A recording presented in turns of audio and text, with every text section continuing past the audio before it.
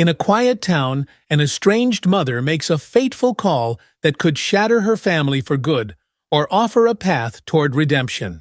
Mary, a grandmother burdened by years of regret, crosses paths with Rachel, the woman she once judged, and the mother of her only grandson. Together, they embark on an emotional journey filled with love, loss, and second chances. But can they heal old wounds and create a future where love and family triumph over prejudice? Watch as one act of judgment sets off a chain of events that could either tear them apart or bring them closer than ever. Will they find peace, or will the past continue to haunt them?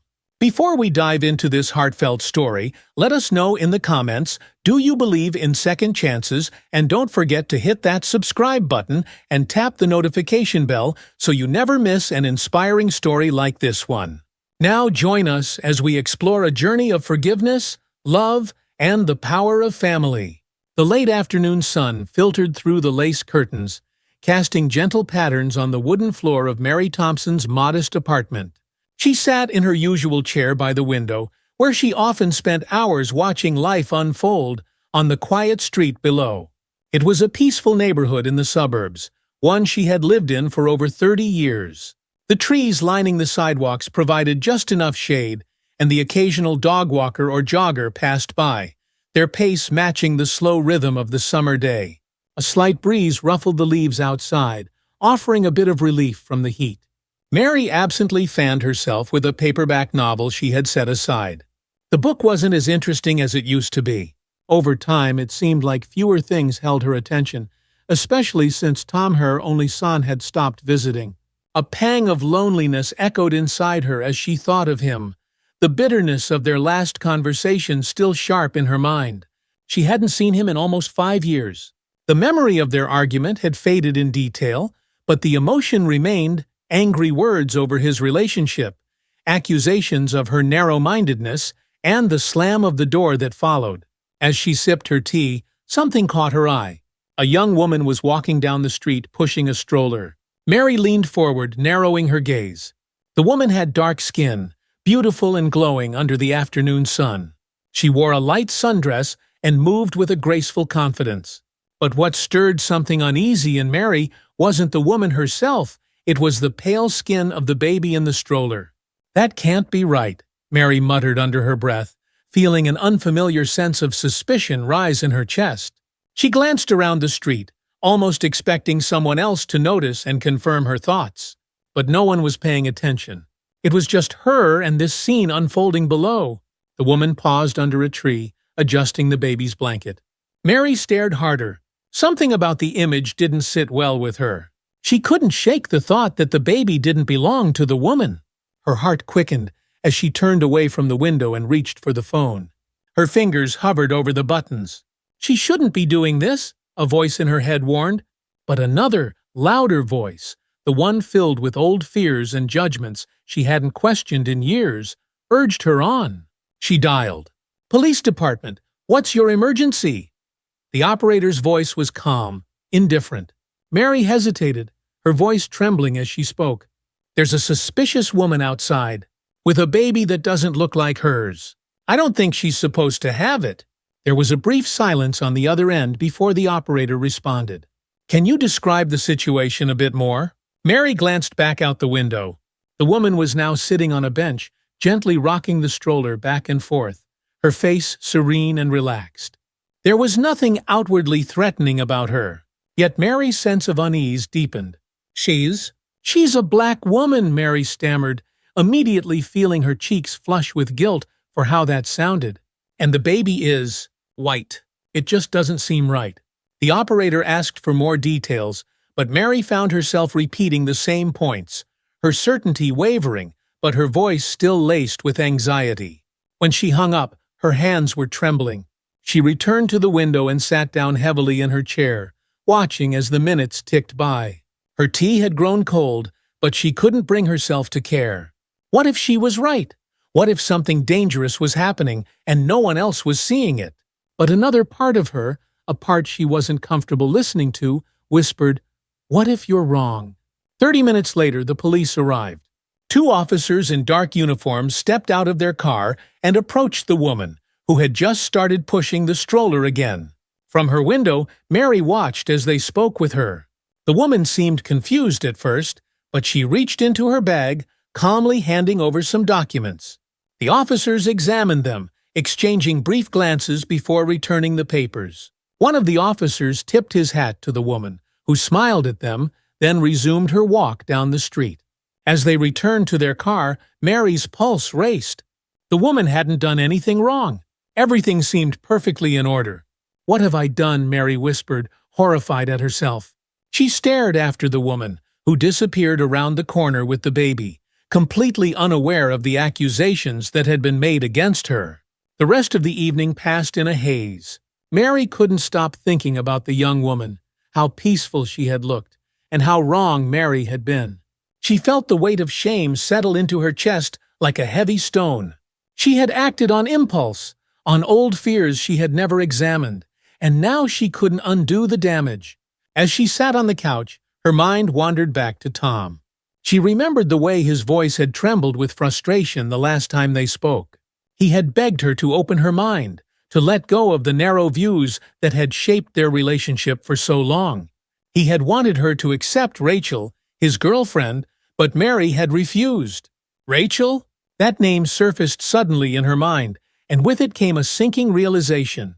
Could that woman have been Rachel? Tom had mentioned that Rachel was black. He had even tried to introduce them once, but Mary had refused to meet her. She had no way of knowing if the woman with the baby was really Rachel. But the possibility lingered, gnawing at her. If it had been Rachel, she had just called the police on her own son's partner, perhaps even on her grandchild. The weight of that thought was unbearable. The next morning, Mary was still haunted by the events of the previous day. She sat at her kitchen table, stirring her coffee absent-mindedly, the newspaper untouched. Her mind kept replaying the scene, the police, the woman's calmness, the baby in the stroller, and her rash decision to call. With a sudden resolve, Mary decided she needed to find out the truth. She couldn't live with this uncertainty any longer. Grabbing her coat, she headed outside, her heart pounding as she walked down the street toward the corner where the woman had disappeared the day before. She didn't know what she would do or say if she found her, but she had to try. As she approached the park, she saw her. The young woman was sitting on a bench, the baby in the stroller beside her, just like before. Mary's steps faltered. Her stomach twisted with nerves, but she forced herself to keep walking until she stood just a few feet away. The woman looked up, her expression polite but cautious. "Can I help you?" Mary swallowed hard, feeling the sting of shame flush her face. "I am sorry to bother you, but I think I owe you an apology."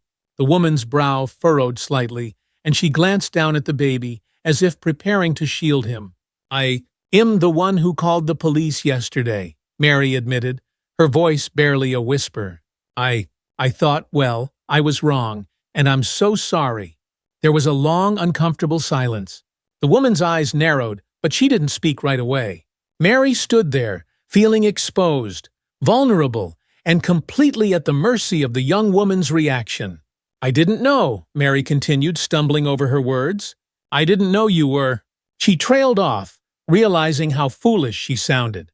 The woman stared at her for a moment longer, then sighed deeply. "I'm Rachel," she said quietly, confirming Mary's worst fears.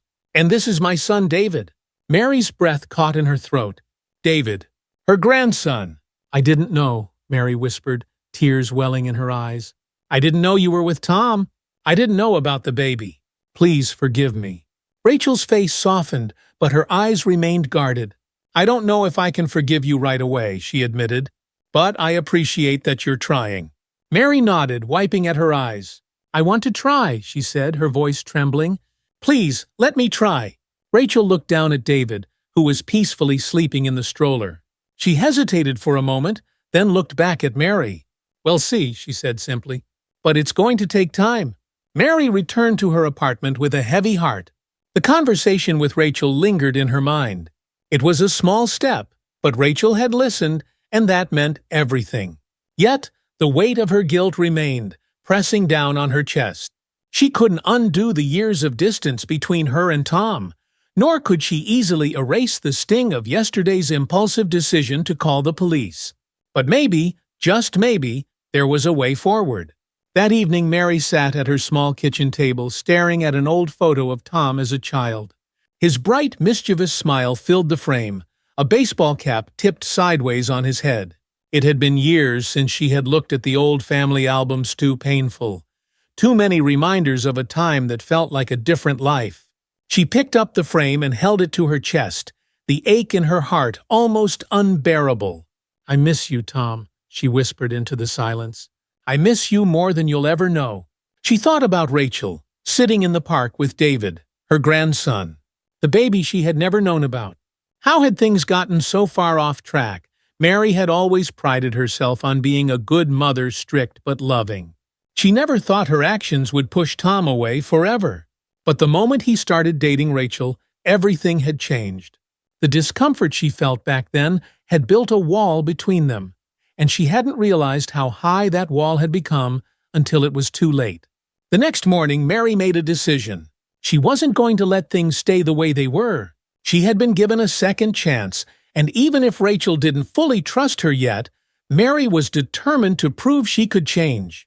She spent the day preparing herself for the conversation she needed to have with Rachel, this time a real conversation.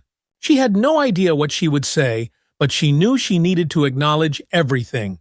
She had been wrong, not just about the call to the police, but about how she had treated her son and Rachel from the beginning. It was a hard truth to face, but the only way forward was to be honest with herself and with Rachel. 2 days later, Mary found herself walking to the park again, her hands trembling slightly as she clutched her purse. Rachel was there, as she had been before, sitting on the same bench with David in his stroller. This time, Rachel noticed her approaching from a distance and watched her with a cautious, guarded expression. Mary stopped a few feet away, not wanting to crowd Rachel. "Do you mind if I sit with you for a minute?" she asked softly. Rachel hesitated, glancing down at David, who was starting to fuss in the stroller. Then she nodded. "Sure." Mary sat down, folding her hands in her lap, feeling the weight of the silence between them. The park was peaceful, the hum of distant conversation and the laughter of children playing nearby blending into the background. But for Mary, the tension was thick in the air. "I owe you an apology," Mary began, her voice quiet but steady. "Not just for what I did the other day, but for how I treated you and Tom when you first started seeing each other." Rachel didn't say anything right away. She rocked David gently in the stroller, her face unreadable. Mary pressed on, needing to get the words out. "I was wrong," she said. "I was wrong to judge you before I even knew you. I was wrong to let my own prejudices get in the way of my relationship with my son. And because of that, I lost him." Her voice cracked on the last words, and she swallowed hard. "I never meant to push him away, but that's exactly what I did." Rachel looked at her for a long moment, her expression softening just a bit. "Tom?" The kitchen felt colder, smaller, suffocating. Even when you two weren't speaking, he always hoped that one day you'd come around. He wanted you to be part of his life and David's life. Hearing Rachel say those words was like a knife to Mary's heart. The tears she had been holding back began to spill over, and she wiped them away quickly, embarrassed. "I want to make it right," Mary whispered. "I want to be part of David's life, if you'll let me." Rachel sighed, glancing down at her son, who was now starting to doze off in the stroller. "It's not going to be easy," she said after a moment. "There's a lot of hurt, and it's not just going to disappear overnight." "I know," Mary said quickly. "I don't expect you to just forgive me. I know it'll take time, but am willing to put in that time. I want to try." For a long while, Rachel didn't respond. The silence between them stretched on, heavy with unspoken emotions. Finally, Rachel looked over at Mary, her expression softened by something like compassion. "I don't know if I'm ready to forgive you yet," she said slowly, "but am willing to give you a chance." Mary's heart swelled with a mixture of relief and gratitude. It was forgiveness, not yet, but it was a beginning. It was hope. The days that followed were tentative, but Mary and Rachel began to spend more time together. At first, it was just short visits. Mary would meet them at the park or drop by Rachel's apartment to bring over some groceries or small gifts for David. Every time she saw her grandson, her heart swelled with love and regret. She had missed so much of his life already, and she couldn't help but wonder what Tom would have thought of her now, trying to make up for lost time. Mary tried to learn about Rachel, asking questions about her life, her job, and how she had met Tom. Rachel was still guarded, but slowly, bit by bit, she began to open up. She told Mary about how she and Tom had met in college. Tom had been studying engineering, and Rachel was a business major. They had clicked immediately, bonding over late-night study sessions and long walks around campus. Despite their differences, they had fallen in love quickly. Rachel smiled as she spoke about Tom, her eyes lighting up with the memories. Mary listened quietly, feeling a deep sense of loss mixed with a strange joy. She was learning more about her son from Rachel than she had known in years. It was both a gift and a painful reminder of how much she had missed. One afternoon, Mary invited Rachel and David to her apartment for lunch. It was a small gesture, but for Mary, it felt like an important step. Her apartment was full of memories of Tom's childhood, old photos, trophies, and keepsakes from his younger years. She hadn't touched many of them since he had left, but now she felt a pull to share them with Rachel. Rachel hesitated when she arrived, looking around at the small but cozy apartment. Mary led her to the living room, where a few framed pictures of Tom were displayed on a shelf. "That's him," Mary said, pointing to a photo of Tom as a little boy, holding a baseball bat and grinning ear to ear. He was always so determined, even back then. He never gave up on anything. Rachel smiled softly as she looked at the photo. "That sounds like Tom," she said.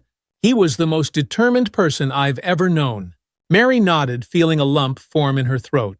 "I wasn't always the best mother," she admitted, her voice wavering. "I was hard on him. I wanted him to be successful, to be strong. But I think I pushed him too hard. And then, when he met you, I couldn't see past my own fears." Rachel looked at her, her expression unreadable. "Tom never blamed you," she said quietly. "He always said you were just trying to do what you thought was best. But he wished things could have been different." Mary swallowed hard, the lump in her throat tightening. "I wish that too," she whispered. They sat in silence for a while, the weight of the past heavy between them. But in that silence, there was also a sense of shared grief and perhaps the beginning of healing. Over the next few weeks, Mary continued to build on the fragile bond she had begun with Rachel and David. She babysat David while Rachel worked, took him for walks in the park, and even started attending local community events with them. It wasn't always easy. There were moments when the old tension between Mary and Rachel resurfaced, moments when Rachel's guard went up, or when Mary said something that reminded Rachel of their painful history. But through it all, they both kept trying. One day, as they sat together in the park, watching David play on the swings, Rachel turned to Mary with a thoughtful expression. "I've been thinking a lot about Tom lately," she said quietly. "He used to talk about you all the time. Even after everything that happened between you two, he always hoped that one day you'd come around." Mary nodded, feeling the familiar sting of regret. "I wish I had," she said softly. "I wish I could go back and change the way things were." Rachel was silent for a moment, then she sighed. "We can't change the past," she said, "but we can move forward. For David's sake. He deserves to know his family." Mary's heart swelled with emotion. "I want to be part of his life," she said. "I want to be there for him. And for you, if you'll let me." Rachel looked at her, and for the first time, Mary saw a flicker of real trust in her eyes. "I'm willing to try," Rachel said. "But like I said before, it's going to take time." "I understand," Mary said, her voice steady. "I'm not going anywhere." Mary found herself increasingly involved in Rachel and David's lives, watching her grandson take his first wobbly steps, laughing with him as he discovered new things, and sharing quiet conversations with Rachel late into the evening. It was a world Mary had never imagined herself part of, a world she had once rejected out of fear and ignorance. But as her relationship with Rachel deepened, so too did the weight of her past. The more Mary opened herself up, the more she was haunted by memories of Tom. It was as though every small victory with Rachel and David brought with it the reminder of how far she had let things fall with her son. There were so many questions she wished she could ask him, so many things she wished she had said. One afternoon, while Rachel was at work and David napped peacefully in his crib, Mary found herself standing in front of an old box of Tom's belongings. It had been sitting untouched in her closet for years, a relic from the past she had avoided. Now, though, it seemed to beckon her, as if inviting her to finally confront the parts of her son's life she had never known. She sat down on the floor, carefully lifting the lid. The first thing she saw was Tom's high school yearbook, the cover worn and faded from use. She smiled faintly, running her fingers over the embossed letters. He had been so full of life back then, so eager to take on the world. Beneath the yearbook was a stack of old photos, each one capturing a different moment from Tom's childhood birthday parties, family vacations, little league games. Mary's breath caught in her throat as she picked up a picture of her and Tom, taken on his 10th birthday. They were standing in front of the cake, Tom grinning with a new bike beside him. Robert, her late husband, stood in the background, his hand resting proudly on Tom's shoulder. Mary remembered that day so clearly. Tom had been over the moon about the bike, and she and Robert had felt like the proudest parents in the world. She had been so sure that everything was perfect then. But as she looked at the picture now, she couldn't help but wonder if things had been as perfect as she had believed. Had Tom been happy, or had there always been something brewing beneath the surface, something she hadn't seen? The more she sifted through Tom's things, the heavier her heart became. There were so many memories, so many moments frozen in time, reminders of the boy she had raised and the man he had become. But the deeper she went, the more she realized how little she had truly known him in his later years. At the bottom of the box, Mary found something she hadn't expected: a leather-bound journal. It was worn at the edges, the pages yellowed with age. Mary's hands trembled as she opened it, her heart pounding in her chest. She hadn't known Tom kept a journal. What had he written about? Was she ready to find out? She hesitated for a long moment, her mind racing with questions. But then, with a deep breath, she began to read. The first few entries were simple, mundane observations, notes about school, about friends, about things Tom had been excited about. But as she turned the pages, the tone of the journal began to shift. It became more introspective, more personal. And soon, Mary found herself staring at words that cut her to the core. Today marks 5 years since Dad died. I still think about him every day. I wonder if things would be different if I hadn't pushed him to go on that fishing trip. Mom never said it, but I know she blames me. I blame myself. Mary's breath hitched in her throat, tears welling in her eyes. She had never blamed Tom for the accident, not really. She had been devastated when Robert died, but she had never held Tom responsible. Why had he thought that? Had her grief made him feel that way? She kept reading, the pain in her chest growing with each new entry. Mom and I don't talk much anymore. She's always so distant, so focused on what she thinks I should be doing. I feel like I can never live up to her expectations. I wish things could go back to the way they were when Dad was still around. Mary wiped at her eyes, the guilt settling like a heavy weight on her shoulders. She had always thought she was doing what was best for Tom, pushing him to succeed, to be strong. But had she been too hard on him? Had she pushed him too far? She turned another page and froze. I met someone today. Her name is Rachel, and she's amazing. We've been spending a lot of time together, and I think I'm falling for her. I know Mom won't approve, though. She's always been. Well, let's just say she has her ideas about who I should be with. But I don't care. I'm going to tell her about Rachel soon, and I'll deal with whatever comes. The tears fell freely now. Mary hadn't realized how much Tom had struggled, how much he had feared her reaction to Rachel. She had always been so focused on her own feelings, her own discomfort, that she had never stopped to think about how her actions were affecting her son. She turned to the next page, her heart pounding in her chest. Mom didn't take it well, just as I expected. She said she didn't have a problem with Rachel, but I could tell she did. It's always the same. I just want her to be happy for me, but it feels like no matter what I do, I'm always disappointing her. Mary felt like she had been punched in the gut. She had never intended to make Tom feel that way, but reading his words now, she realized how deeply she had hurt him. And it was too late to make it right with him. She turned to the final page of the journal, her hands trembling. Rachel and I are having a baby. I wish I could tell Mom. I wish she could be a part of this. But I don't think she'll ever accept it. Maybe one day she'll come around, but for now, I can't keep waiting. I have to focus on my family now. The journal slipped from Mary's hands, falling to the floor as she broke down in sobs. Tom had wanted her to be a part of his life, but she had pushed him away. She had let her fears and prejudices get in the way of her relationship with her son. And now it was too late. "I'm sorry, Tom," she whispered through her tears. "I'm so sorry." The days that followed were hard for Mary. She carried the weight of the journal's words with her everywhere she went. And though she tried to push through, the guilt gnawed at her. Every time she saw David, she was reminded of everything she had missed. Every time she spoke to Rachel, she thought of the pain Tom had carried in silence. But despite the guilt, Mary was determined not to let it consume her. She couldn't change the past, but she could still change her future. She could still be there for Rachel and David, even if it was too late for Tom. One evening, after Rachel had put David to bed, Mary asked if they could talk.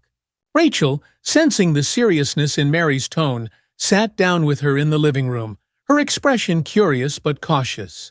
"I've been thinking a lot about the past," Mary began, her voice shaky. "About Tom. About the way things were between us." Rachel didn't respond right away, but her eyes softened with understanding. "It wasn't easy for him," she said quietly.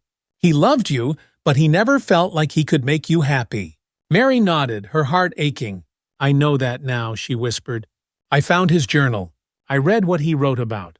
Everything. And I realize now how much I hurt him. I didn't mean to, but I did." Rachel was quiet for a long moment. "He never blamed you," she said softly. "Not really. He wanted you to accept him, to accept us." Tears welled in Mary's eyes, and she wiped at them quickly.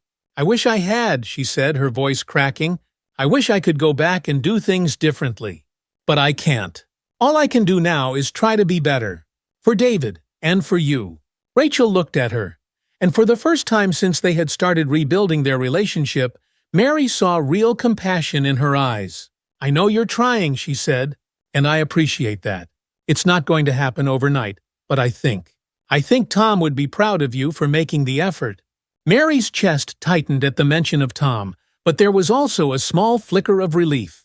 She had spent so long carrying the burden of her mistakes, and though it would never fully go away, Rachel's words gave her a sliver of hope. "Thank you," Mary whispered. "That means more to me than you'll ever know." Rachel smiled faintly, her expression softening. "I know this isn't easy for you," she said. "It's not easy for me either. But I want David to grow up knowing his family. And I think you can be a part of that, if you want to." "I do," Mary said quickly, her voice filled with emotion. "I want that more than anything." In the weeks that followed, Mary and Rachel began to build a new rhythm. Their conversations became more open, more honest. And though there were still moments of tension, there was also a growing sense of trust. Mary spent more time with David, taking him to the park, reading him stories, and watching him grow. One afternoon, as Mary sat in the living room with Rachel, looking through old photo albums of Tom's childhood, she felt a strange mixture of sadness and peace. She would always miss Tom, and she would always carry the weight of her regrets. But in Rachel and David, she had found a new chance to honor Tom's memory by being the mother and grandmother she should have been all along. As they turned the pages of the album, Rachel paused at a picture of Tom and his father, standing together by the lake on a fishing trip. "He told me about this trip," Rachel said softly. "He said it was one of the best days of his life." Mary smiled sadly, her heart aching with the memory. "It was," she said quietly. "It was one of the last trips we took together before Robert died." Rachel looked at her, sympathy in her eyes. "I know that was hard for both of you," she said. "Tom carried a lot of guilt about that." "I know," Mary whispered, "and I wish he hadn't. It wasn't his fault." The silence that followed was heavy with unspoken emotions, but for the first time, it wasn't unbearable. It was a silence filled with understanding. Silence that came from two women who had both loved and lost the same man in different ways. And as Mary sat there watching David play on the floor, she realized that this was her second chance. This was her opportunity to make things right, not just with Rachel and David, but with herself. She would never get back the years she had lost with Tom. But she had the future with David and Rachel, and that was a gift she would cherish. The next few weeks passed quietly, but they weren't without their challenges. While Mary was trying to put the pieces of her relationship with Rachel back together, there were moments when old habits and tensions would resurface. Despite her best efforts, there were times when Mary said things without thinking, casual remarks, that revealed the lingering prejudices she was still working to overcome. It wasn't intentional, but Rachel could sense it, and each time it caused a brief but palpable shift in the air between them. One afternoon, as they sat together on the park bench, watching David play in the sandbox, Rachel turned to Mary with a thoughtful expression. "I've been thinking," she said, her tone careful. "About how we're doing this rebuilding, I mean." Mary glanced at her, her heart skipping a beat. She worried that Rachel was going to tell her it was too much, that she wasn't ready to keep trying. "What do you mean?" Rachel hesitated, as if weighing her words. "I appreciate how much effort you've been putting in," she said slowly, "and I can see you're trying. But I think we need to have an honest conversation about what's really going on." Mary's chest tightened with apprehension. She had been waiting for this moment, waiting for Rachel to tell her she wasn't enough, that her attempts to make things right were falling short. "Go on," she said, trying to keep her voice steady. Rachel glanced over at David, her face softening as she watched him laugh and play in the sand. "Look, I know you come from a different time, a different place," she said. "I understand that. But there are still moments when I feel like I'm not sure if you fully see me for who I am." Mary swallowed hard. She knew what Rachel meant. Despite her best efforts, there were still parts of her old worldview that hadn't fully changed. And even though she was trying to unlearn those beliefs, they sometimes slipped through the cracks, manifesting in ways she didn't always realize. "I know," Mary said quietly. "I know I still have a lot to work on. I've spent so many years seeing the world one way, and it's hard to let that go. But I'm trying, Rachel. I really am." Rachel nodded, her gaze soft but firm. "I know you are," she said, "and I appreciate that. But I need to know that when you look at David, when you look at me, you see us for who we are, not just through the lens of what you're used to." Mary's heart ached. She understood what Rachel was saying. She had been seeing things through her own perspective for so long that it had become second nature. But Rachel was asking her to do more than just accept her and David. She was asking Mary to see them fully, without the filter of her past prejudices. "I want to," Mary said, her voice trembling. "I want to see you for who you are. But sometimes I don't even realize when I'm falling back into old ways of thinking." Rachel was quiet for a moment, then she turned to face Mary, her expression serious but kind. "I think that's where we start," she said, "acknowledging that it's going to be a process. I don't expect you to change overnight, but I need to know you're willing to work on it, to be aware of it." "I am," Mary said quickly. "I am willing." Rachel gave her a small, encouraging smile. "Good," she said, "because David deserves to grow up knowing who he is. And I want him to know his family, not just from one side, but from both. That means understanding and embracing where he comes from, without any of the old barriers." Mary nodded, feeling a mix of relief and sadness. She knew this wouldn't be easy, but Rachel was giving her a path forward, a way to truly be part of David's life, and to honor Tom's memory by being better. "I promise," Mary said, her voice firm. "I'll do the work. I want to be there for David. For both of you. I'm not going to let my past stand in the way anymore." Rachel studied her for a moment, then she nodded. "Okay," she said. "Then let's keep moving forward." After their conversation, something shifted between Mary and Rachel. It wasn't that everything suddenly became easy. There were still moments of tension, still moments when Mary found herself having to catch and correct her old patterns of thinking. But there was a sense of mutual understanding that hadn't been there before. Rachel was willing to give her a chance, and Mary was determined not to waste it. Mary began to take more active steps in educating herself. She read books about race and identity, listened to podcasts that helped her understand the experiences of people like Rachel, and even attended a local diversity workshop at the community center. It wasn't enough to just try to be better in front of Rachel. Mary wanted to be better, period. The process was eye-opening for her. She had never realized how deeply ingrained some of her biases were, how they had been shaped by the environment she grew up in, by the media she consumed, and by the people she surrounded herself with. But with each new thing she learned, Mary felt a small piece of her old self break away, replaced by something more open, more compassionate. One day, she sat down with Rachel and told her about what she had been learning. "I've been doing a lot of thinking," Mary said, "and I realize now that I've been seeing the world through a very narrow lens for a long time. I didn't understand a lot of things, and I didn't even know I didn't understand them." Rachel listened quietly, nodding as Mary spoke. "I appreciate that," she said. "It's hard work, unlearning things that have been part of you for so long." Mary smiled faintly. "It is," she admitted, "but I want to keep doing it. For David. And for Tom, he would have wanted me to understand." Rachel's eyes softened at the mention of Tom, and for a brief moment they shared a quiet, unspoken connection. Tom had always been the bridge between them, even when things were at their worst. And now, in his absence, he was still bringing them together.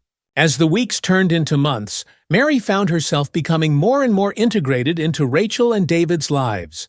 She spent time with David almost every day, watching him grow and helping Rachel with everything from babysitting to running errands. It wasn't just about being there for the big moments anymore.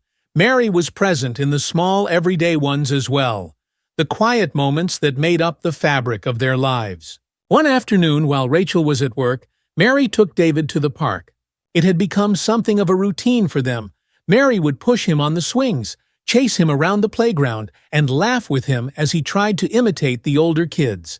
As she watched him play, she couldn't help but feel a deep sense of gratitude. She had missed so much of Tom's life, but now she had a second chance with David, and she wasn't going to take it for granted. After they returned from the park, Mary put David down for a nap and sat down at the kitchen table, a cup of tea in her hands. The apartment was quiet, and for the first time in a long time, Mary allowed herself to reflect on how far she had come. She thought back to the day she had called the police on Rachel, the day she had let her fears and prejudices dictate her actions. It seemed like a lifetime ago now. She had been so afraid back then, afraid of the unknown, afraid of what she didn't understand. But now, sitting in Rachel's apartment, surrounded by pictures of her grandson, she felt a sense of peace she hadn't known in years. Just then, Rachel came home from work, looking tired but smiling as she set down her bag. "How was he today?" she asked, nodding toward David's room. "He was perfect as always," Mary said, smiling. "We had a great time at the park." Rachel sat down across from her, letting out a soft sigh of relief. "I don't know what he'd do without you," she said. "You've been such a big help." Mary felt a surge of warmth at Rachel's words. It wasn't just about helping with David, it was about being part of something again, being part of a family. For so long, she had felt like an outsider, disconnected from the people she loved. But now, she was starting to feel like she belonged. "I'm just glad I can be here," Mary said softly. Rachel gave her a small, tired smile. "I've been thinking," she said after a moment. "Maybe we should start thinking about what the future looks like. For all of us." Mary's heart skipped a beat. She wasn't sure what Rachel meant, but the weight of her words hung in the air, filled with possibility. "What do you mean?" Rachel looked down at her hands, as if gathering her thoughts. "I've been thinking a lot about what Tom would have wanted," she said quietly. "He wanted you to be part of David's life, and I think he would have wanted us to move forward, together, as a family." Mary's breath caught in her throat. "Are you saying?" Rachel looked up at her, her expression soft but serious. "I'm saying I want you to be part of our lives permanently," she said. "David deserves to have his grandmother in his life, and I think we're getting to a place where we can make that happen." Tears welled up in Mary's eyes, and she quickly wiped them away, her heart swelling with emotion. This was what she had been hoping for, what she had been working toward. a real, lasting connection with Rachel and David. A chance to truly be part of their lives. "I want that too," Mary said, her voice thick with emotion. "More than anything." Rachel smiled softly, and for the first time, Mary saw real trust in her eyes, a trust that had been hard-earned, but was finally there. A few days later, Mary found herself standing in front of the community center, looking up at the sign for the diversity workshop. She had attended a few sessions already, but this one felt different. It was the final session, and the facilitator had asked everyone to share their personal journey over the course of the program. Mary wasn't sure if she was ready to speak about everything she had been through. But as she stood there, thinking about Rachel and David, she realized that part of her growth, part of her healing, was being honest about her mistakes. She couldn't move forward if she wasn't willing to face her past. She walked into the room, her heart pounding, and took a seat among the other participants. The facilitator, a kind woman named Linda, smiled at her warmly. "Mary, would you like to share today?" Mary hesitated for a moment, then nodded. "Yes," she said, her voice trembling slightly. "I think I'm ready." She stood up, feeling the weight of the room's attention on her. She wasn't used to speaking in front of groups like this, but she knew she needed to do it for herself, and for Rachel and David. "I've learned a lot in these sessions," Mary began, her voice shaky but steady. "I came here because I realized that I had been living my life with blinders on. I didn't see the world the way I should have, and because of that, I hurt the people I love." She paused, taking a deep breath before continuing. "My son. He fell in love with a woman I didn't approve of. Not because of anything she did, but because of who she was, because of her race. I let my own prejudices get in the way, and I lost my relationship with him because of it." The room was silent, the weight of her words hanging in the air. Mary swallowed hard, pushing through the emotion in her throat. "Since then, I've been trying to make things right," she said. "I've been trying to build a relationship with his partner, Rachel, and their son, me grandson, David. And it's been hard. I've had to face things about myself that I didn't want to face. But I'm trying, and I'm going to keep trying." She looked around the room, her eyes meeting those of the other participants. "I've learned that change isn't easy. It's uncomfortable, and it forces you to confront parts of yourself you'd rather ignore. But it's worth it. It's worth it to be part of something bigger than yourself, to be part of the lives of the people you love." She sat down, her heart racing, but also feeling lighter than she had in a long time.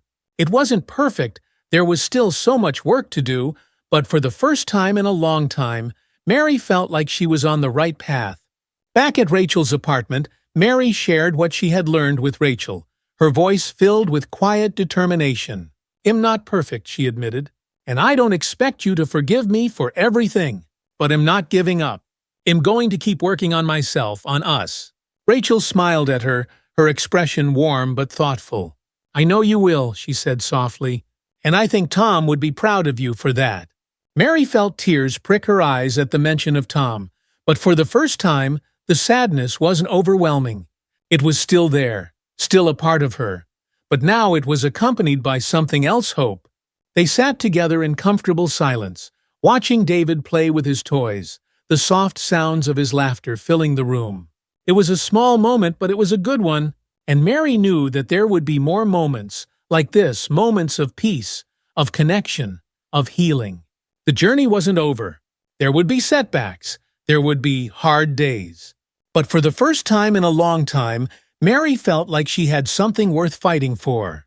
She looked at Rachel and David, her heart full, and she knew that she would keep fighting. For them, for Tom, and for herself. The months following Mary's heartfelt admission to Rachel and the community center workshop were some of the most fulfilling of her life. She had built something precious, fragile, but precious. Her relationship with Rachel was no longer defined by the tension that had once been there. It was softer now, more forgiving. And David, her grandson, was growing up surrounded by love. He was a joyful, curious little boy, and Mary marveled at how much he reminded her of Tom at that age. But, as with any journey toward growth and redemption, progress wasn't always linear. For every step forward, there was sometimes a stumble. And it wasn't long before Mary found herself facing a setback that would challenge the fragile trust she had worked so hard to build. One autumn afternoon, Rachel invited Mary to join her at a family gathering. It was Rachel's cousin's birthday, and they were hosting a small party at their house. Mary had met a few members of Rachel's family over the past few months, and while the experiences had been positive, she still felt a sense of nervousness about fully immersing herself in Rachel's world. She didn't want to make any mistakes, didn't want to say the wrong thing or accidentally offend anyone. The gathering was a lively one, full of laughter and conversation. Children ran around the backyard, while the adults sat on the porch, chatting over plates of barbecue. Mary tried her best to fit in, smiling and nodding politely as she was introduced to Rachel's relatives. Most of them were kind and welcoming, but Mary couldn't shake the feeling that she didn't quite belong. At one point during the afternoon, Rachel's uncle James struck up a conversation with Mary. He was an older man with a deep, booming laugh, and he seemed genuinely interested in getting to know her. "So, you're David's grandma," James said, offering her a plate of food. "Rachel says you've been helping out a lot with him." Mary smiled, accepting the plate. "Yes, I try to spend as much time with him as I can. He's a wonderful boy." James nodded thoughtfully. "That's good to hear. Family's important. And it's good that you and Rachel are getting along, considering everything." Mary's smile faltered slightly, and she glanced at Rachel, who was playing with David near the swing set. She knew what James was referring to, even though he hadn't said it outright. "Yes," Mary said slowly. "We've had our differences in the past, but we're working through them." James raised an eyebrow, a playful but probing look in his eyes. "Must be tough, though, huh? With the different backgrounds and all?" Mary felt a flicker of discomfort. She wasn't sure how to respond to that. "It's been a learning experience," she said carefully. James chuckled, shaking his head. "I bet. It's not every day you see families like ours coming together, you know?" Mary's discomfort deepened. She knew James didn't mean anything by it, he was just making conversation. But his words hit a sensitive spot, stirring up feelings she thought she had moved past. She felt her defenses rise, and before she could stop herself, the words slipped out. "Well, things would be easier if everyone could just, blend in a little better," she said, her voice light but carrying an edge of tension. James stopped smiling, his face growing serious. "What do you mean by that?" he asked, his tone no longer playful. Mary's heart sank. She hadn't meant for it to come out that way. She had been thinking about how difficult it had been for her to adjust, how out of place she sometimes felt in Rachel's world. But now that she had said it out loud, she realized how wrong it sounded, how it reflected the very mindset she had been trying to change. "I didn't mean it like that," Mary stammered, her cheeks flushing with embarrassment. "I just meant, well, with the cultural differences, it can be hard sometimes." James stared at her for a moment, his expression unreadable. Then he let out a low, disappointed sigh. "You've got a lot to learn, Mary," he said quietly. "A lot to learn." He walked away without another word, leaving Mary standing there, her stomach churning with guilt. She had done it again, said the wrong thing, let her old prejudices slip through the cracks. She glanced around, hoping no one else had overheard the exchange. But as she turned her gaze back to Rachel, she realized that she had. Rachel was watching her from across the yard, her face carefully blank. David was still playing, unaware of the tension that had just unfolded. But Rachel's eyes told a different story, one of disappointment, of hurt. Mary's heart sank even further. She had worked so hard to rebuild their relationship, and now it felt like it was all unraveling with just a few careless words. The drive home that evening was tense. Mary had offered to give Rachel and David a ride back to the apartment, and while David slept peacefully in his car seat, the silence between Mary and Rachel was palpable. Mary gripped the steering wheel, her mind racing with thoughts of how to fix what had happened. She hadn't meant to say what she had said, it had just slipped out. A reflex from years of seeing the world through a limited lens. But that wasn't an excuse. She had promised Rachel that she would work on herself, that she would be better. And now it felt like she had let them both down. Finally, as they neared Rachel's apartment, Mary couldn't take the silence any longer. "Rachel," she began, her voice quiet and hesitant. "I'm so sorry about what I said earlier. I didn't mean it the way it came out." Rachel didn't respond right away. She stared out the window, her expression still unreadable. "You don't get it, Mary," she said after a long pause. "It's not just about what you said. It's about how it reflects what's still inside you." Mary winced at the words, feeling the sting of their truth. "I know," she whispered. "I know I still have work to do. But I'm trying, Rachel. I really am." Rachel finally turned to look at her, her eyes filled with a mixture of hurt and frustration. "I know you're trying," she said softly. "But it's hard, Mary. It's hard for me to trust that things are really changing when comments like that slip out. It makes me wonder if you really see me and David for who we are." Mary's heart ached. She had worked so hard to earn Rachel's trust, and now it felt like it was slipping away again. "I do see you," she said, her voice trembling. "I do. Sometimes I fall back into old ways of thinking. But I'm not going to let that define who I am now. I'm not going to let it keep me from being part of your lives." Rachel sighed, rubbing her temples as if trying to ease the tension in her head. "I don't know, Mary," she said quietly. "I don't know if I can keep doing this, if every time I let my guard down, something like this happens." Mary felt a surge of panic. "Please don't give up on me," she begged. "I know I messed up, but I'll make it right. I'll keep working on myself. I can't lose you and David. Not now." Rachel was silent for a long time, her gaze drifting out the window again. When she finally spoke, her voice was heavy with exhaustion. "I'm not giving up," she said. "But I need some time, Mary. I need time to process this." Mary nodded, her heart sinking. "Take as much time as you need," she whispered. "I'll be here when you're ready."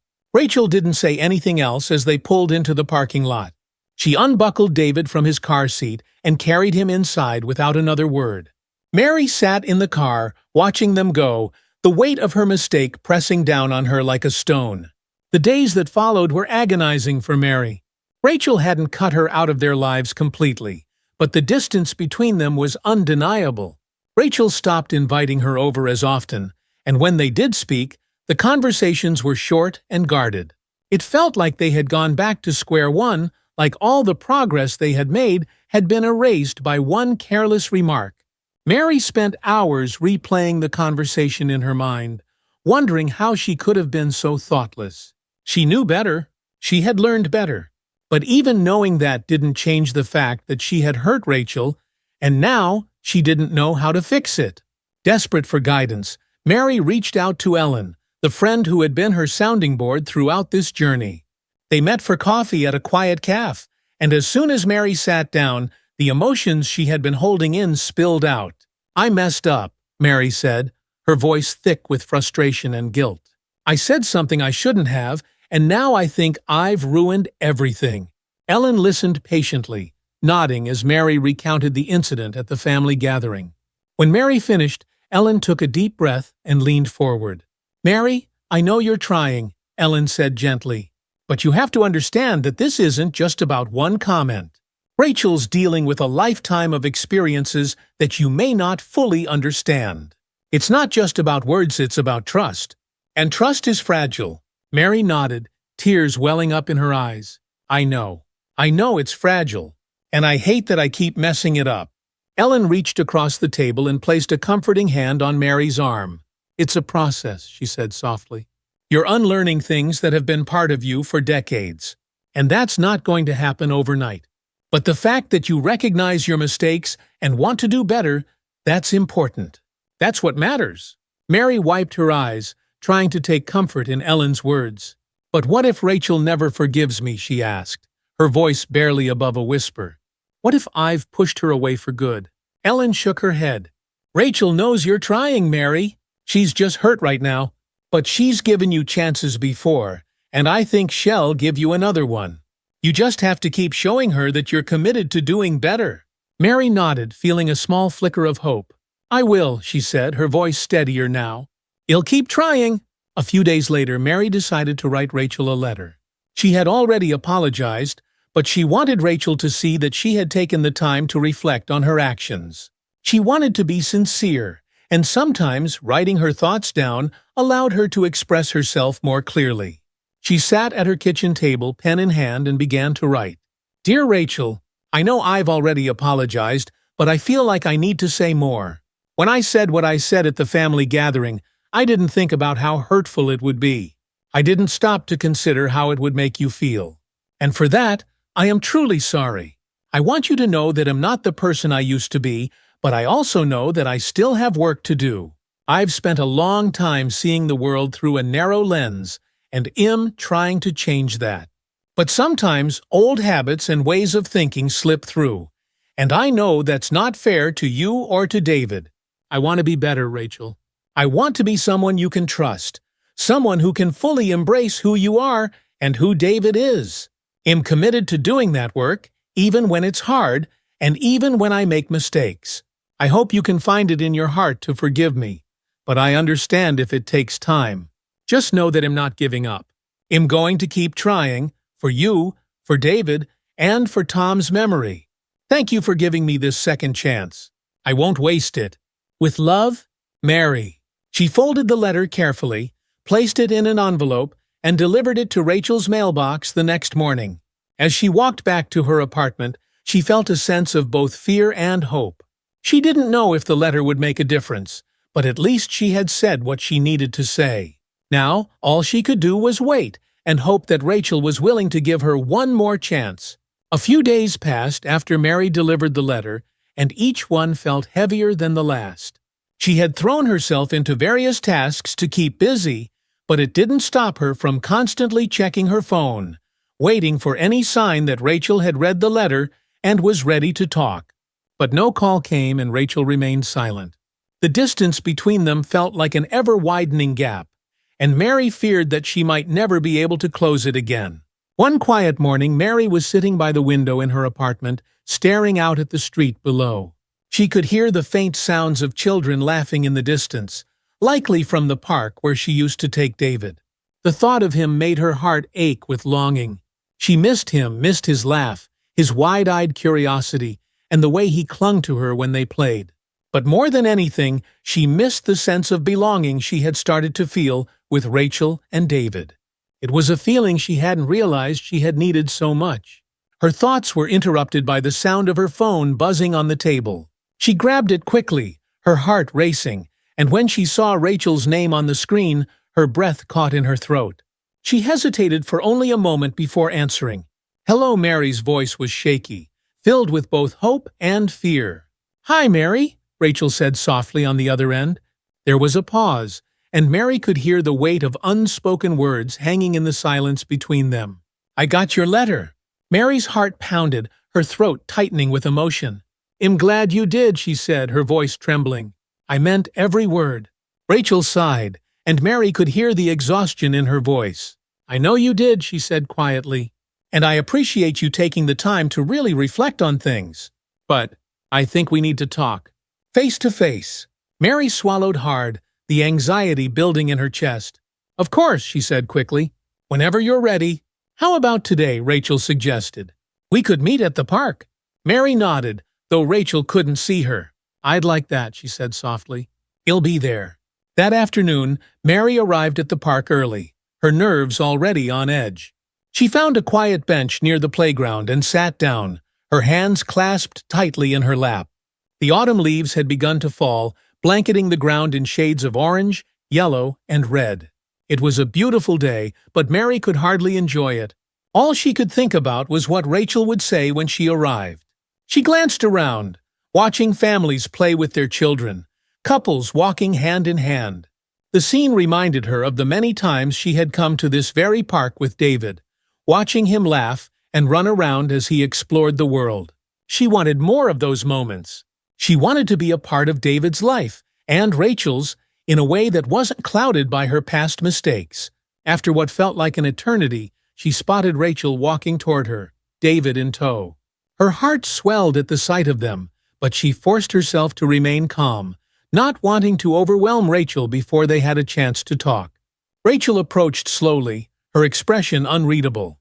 David, holding his mother's hand, smiled brightly when he saw Mary, his little legs carrying him forward as he ran to her. "Grandma!" he shouted, his arms outstretched.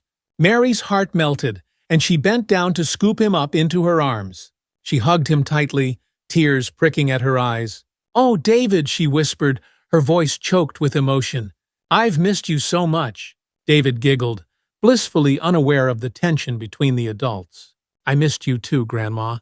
As Mary held him, she glanced up at Rachel, who stood a few feet away, her expression softer but still guarded. Mary gently set David down and took a deep breath, preparing herself for whatever was about to come. Rachel nodded toward the bench. "Shall we sit?" she asked quietly. Mary nodded, feeling the nervous flutter in her stomach return. She sat down beside Rachel, and David wandered off to the nearby sandbox, leaving the two women in a bubble of quiet. For a moment, neither of them spoke. The only sound was the distant laughter of children and the rustling of leaves in the wind. Mary stared at her hands, feeling the weight of her own guilt and fear pressing down on her. Finally, Rachel broke the silence. "I've been doing a lot of thinking," she began, her voice calm but serious. "About everything that's happened, about what you said at the family gathering, and about your letter." Mary kept her eyes on her hands, listening intently. "I know you didn't mean to hurt me," Rachel continued, her voice softer now. "I know you've been trying to change, and I believe you when you say that. But the thing is, Mary, it's not just about one comment. It's about the trust we're building. And when things like that happen, it makes me wonder if I can fully trust you." Mary felt her heart break at Rachel's words. She had known this was coming, but hearing it still felt like a knife to the chest. "I understand," she whispered, her voice thick with emotion. "I don't blame you for feeling that way." Rachel sighed, rubbing her temples as if trying to ease the tension in her head. "I don't want to keep you at arm's length," she said quietly. "But I need to feel safe in this relationship. I need to know that when you say you're changing, it's not just surface level." Mary nodded, tears welling up in her eyes. "It's not," she said, her voice trembling. "I swear it's not. I've been working so hard to be better, but I know I still make mistakes. I know I still have a long way to go. But I want you to know that I'm not going to stop trying. I'll keep learning, and I'll keep working on myself, no matter how long it takes." Rachel looked at her for a long moment, her eyes filled with a mix of emotions, frustration, sadness, but also, Mary hoped, understanding. "I don't want to lose you, Mary," Rachel said softly.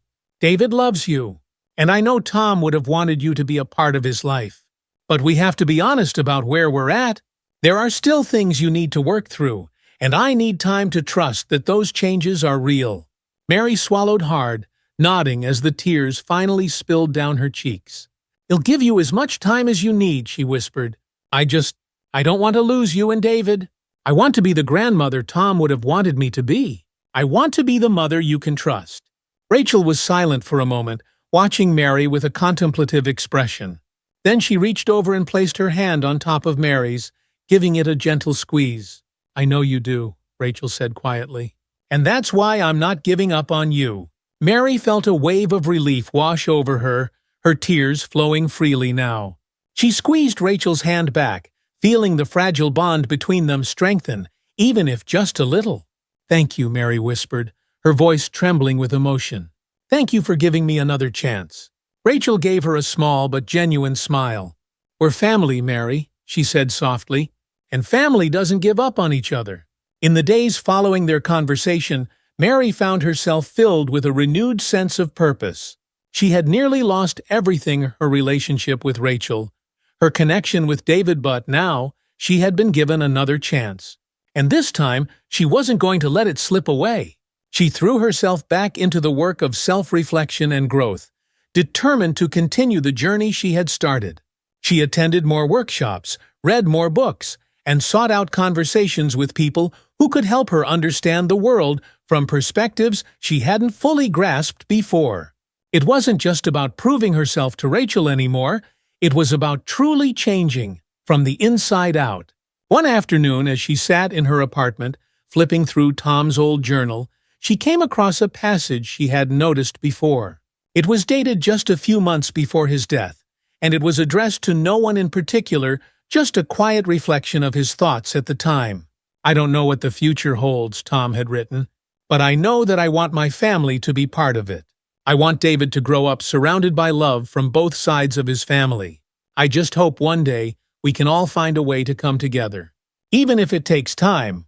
Mary's heart ached as she read the words, her tears falling onto the page. Tom had always wanted them to find a way to heal, to be a family again. And now she had a chance to honor that wish, to make things right not just for Tom, but for Rachel and David, and for herself. She closed the journal, wiping her tears away, and made a silent promise to her son. "I'm going to make this right, Tom," she whispered. "I'm going to be the person you always believed I could be." That weekend, Rachel invited Mary over for dinner. It was the first time they had spent time together since their talk at the park, and Mary was determined to make the most of it. She arrived early, bringing with her a dish that Tom had always loved, homemade lasagna, the recipe passed down from her own mother. Rachel smiled when she saw it, a flicker of recognition in her eyes. "Tom used to talk about this dish all the time," she said softly. Mary smiled, feeling a pang of nostalgia. "He did love it," she said, her voice tinged with sadness. "I thought maybe we could have it tonight. For him." Rachel nodded, her expression softening. "I'd like that." As they sat down to eat, the atmosphere was more relaxed than it had been in weeks. David was his usual energetic self, chattering happily about his day at school, while Rachel and Mary exchanged stories about Tom. For the first time in a long time, it felt like they were a family, not perfect, not without their struggles, but a family nonetheless. After dinner, as David played with his toys in the living room, Rachel and Mary sat at the kitchen table, talking quietly over cups of tea. "I've been thinking a lot about what you said," Rachel began, her tone thoughtful. "About wanting to be the grandmother Tom would have wanted. And I believe you. I believe that you're really trying." Mary felt a surge of hope, but she remained cautious, not wanting to push too hard. "I am," she said softly. "I really am." Rachel smiled faintly, her eyes filled with a mixture of gratitude and warmth. "I know," she said. "And I think we're going to be okay." Mary's heart swelled with emotion, tears threatening to spill over again. "Thank you," she whispered. "That means more to me than you'll ever know." Rachel reached across the table and took Mary's hand, giving it a gentle squeeze. "We've still got a lot of work to do," she said, "but I'm ready to move forward. Together." Mary nodded, her voice thick with emotion. "Me too," she said. "Together." As the evening came to an end, Mary hugged David tightly, feeling the warmth of his little arms around her neck. He was her link to Tom, her connection to the future she had once thought was lost. And now, with Rachel's forgiveness and her own commitment to change, Mary knew that the future was full of hope. She watched Rachel and David wave goodbye as they stood in the doorway, and for the first time in a long time, Mary felt at peace. She had made mistakes, many of them, but she had been given a second chance, and she was determined to honor that chance, to honor Tom, and to build a future where love, not fear, would guide her. As she walked home that night, the cool autumn breeze rustling through the trees, Mary smiled to herself. She knew the road ahead wouldn't be easy. There would be more challenges, more moments of doubt and fear. But she also knew that she had the strength to keep moving forward. For Rachel, for David, for Tom, and for herself. Mary woke up the next morning feeling lighter than she had in a long time. The conversation with Rachel had given her a sense of hope she hadn't dared to believe in for months. As she stood by the window, watching the early morning light pour across the quiet street, she felt something she hadn't felt in years, a sense of purpose, of belonging. Things weren't perfect, she knew that. There was still work to be done, still healing to be had, but she could see the path forward now. Rachel had given her another chance, and Mary wasn't going to waste it. Later that day, as Mary prepared breakfast, her thoughts wandered back to Tom. She thought about all the things he had wanted for his family, all the hopes he'd had for a future where they could be united, despite their differences. She couldn't change the past, couldn't undo the mistakes she had made. But she could honor his memory by making sure David grew up knowing love, knowing the strength of family. That afternoon, as she was tidying up the apartment, her phone rang. It was Rachel. "Hey," Rachel said when Mary answered. "Are you free this weekend? I was thinking maybe we could take David to the park together. He's been asking about you." Mary's heart swelled at the thought of spending time with her grandson. "I'd love that," she said, trying to keep her voice steady. "What time?" "Saturday morning," Rachel suggested. "We could make a whole day of it, maybe even have a picnic." Ethan smiled as he read the message.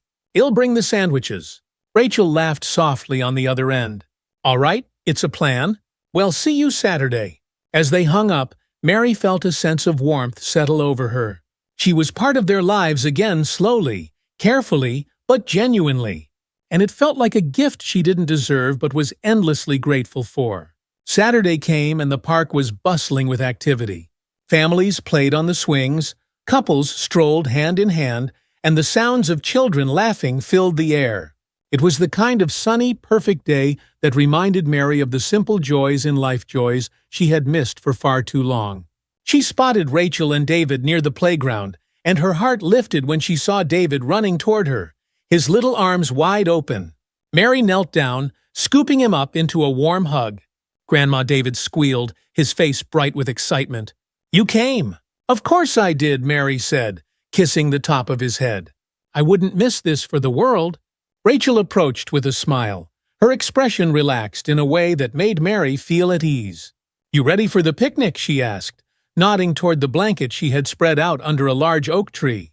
"I brought sandwiches," Mary said, holding up the basket she had packed that morning. Rachel laughed. "Good, because I brought way too many snacks." They sat together on the blanket, watching David as he ran back and forth between the playground and their picnic spot.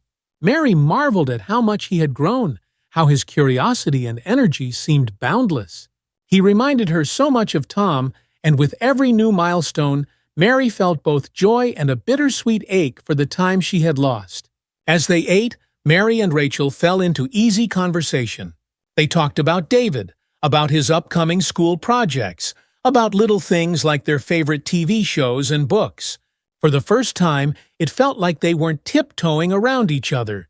There was a new sense of comfort between them, a mutual understanding that they were in this together.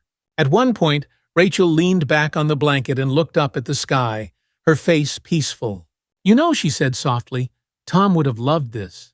Mary felt her throat tighten, and she nodded, her eyes stinging with unshed tears. "I know," she whispered. "I think about him every day." Rachel glanced over at her, her expression thoughtful. "I do too," she said. The man in the photo looked powerful, successful, and in control. "I think he'd be proud of us for getting here." Mary blinked back her tears and smiled. "I hope so." They sat in silence for a while after that, both lost in their own thoughts. The sun hung high in the sky, casting dappled light through the leaves of the oak tree.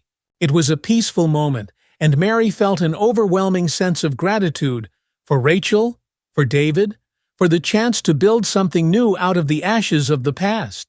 As the weeks passed, Mary became more and more involved in Rachel and David's lives. She helped out with David's school projects, attended parent-teacher meetings with Rachel, and even babysat when Rachel needed a break. The bond between the two women continued to grow, built on the foundation of forgiveness, trust, and a shared love for David.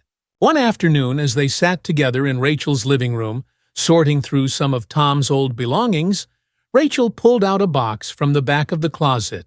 "I found this the other day," she said, setting it down on the floor. "It's Tom's old things.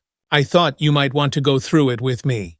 Mary's heart gave a painful squeeze at the sight of the box.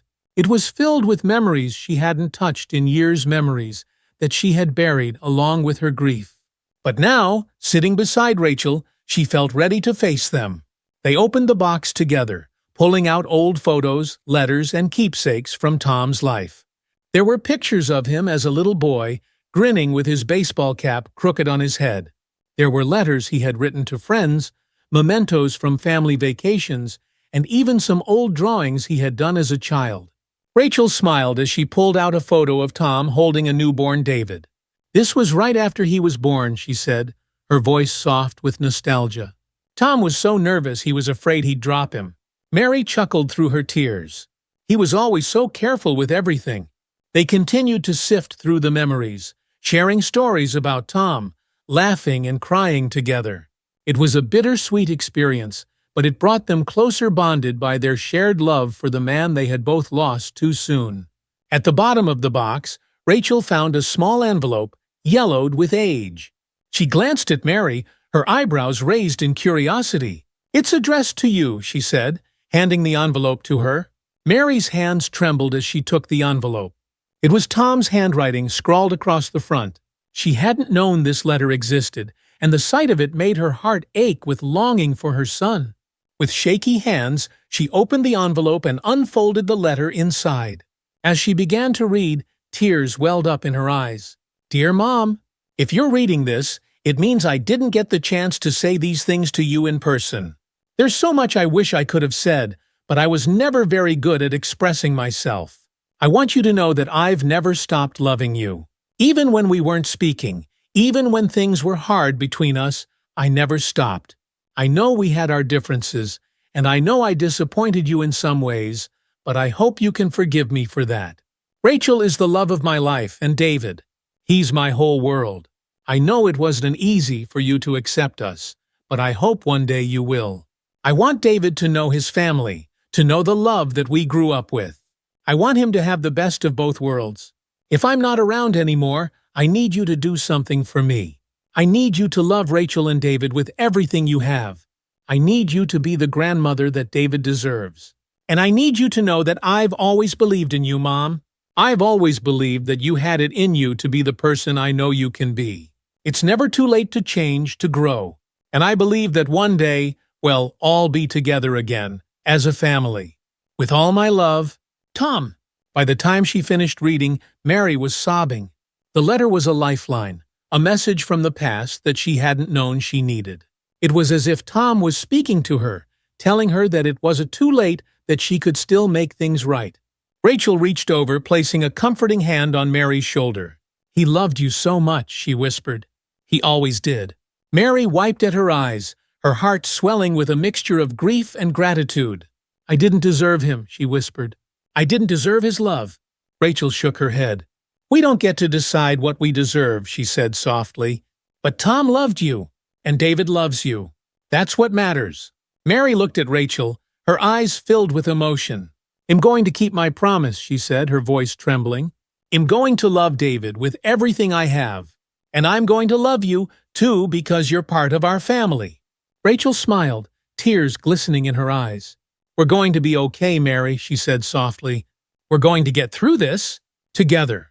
As the months passed, Mary, Rachel, and David became inseparable. They spent weekends together, celebrated holidays, and made new memories that were built on love, not regret. The wounds of the past hadn't disappeared entirely, but they were healing, slowly but surely. One sunny afternoon, the three of them sat in the park, watching David play on the swings. It was a peaceful day, the kind of day that felt full of promise. Mary leaned back on the bench, closing her eyes and letting the warmth of the sun wash over her. She thought about how far they had come, how much they had overcome together. There had been moments when she didn't think she could fix things, moments when she thought the weight of her mistakes would crush her. But she had kept going, had kept working toward healing, and now, here she was, part of a family again. As she opened her eyes, she looked over at Rachel, who was smiling as she watched David. "Thank you," Mary said quietly, her voice full of emotion. Rachel turned to her, her expression curious. "For what?" "For giving me a second chance," Mary said softly. "For letting me be part of your lives."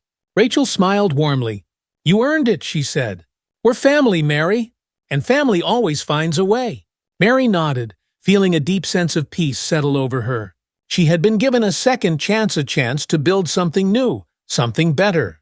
And this time, she wasn't going to let it slip away. As they watched David run toward them, laughing and full of joy, Mary felt a profound sense of hope for the future. They weren't perfect, and the road ahead would still have its challenges, but they were a family. And that was all that mattered. The seasons changed, and with them, the Thompson-Johnson family grew even closer. The crisp air of autumn had given way to winter's chill, and the holidays were approaching. For Mary, it was the first time in years she was looking forward to Christmas.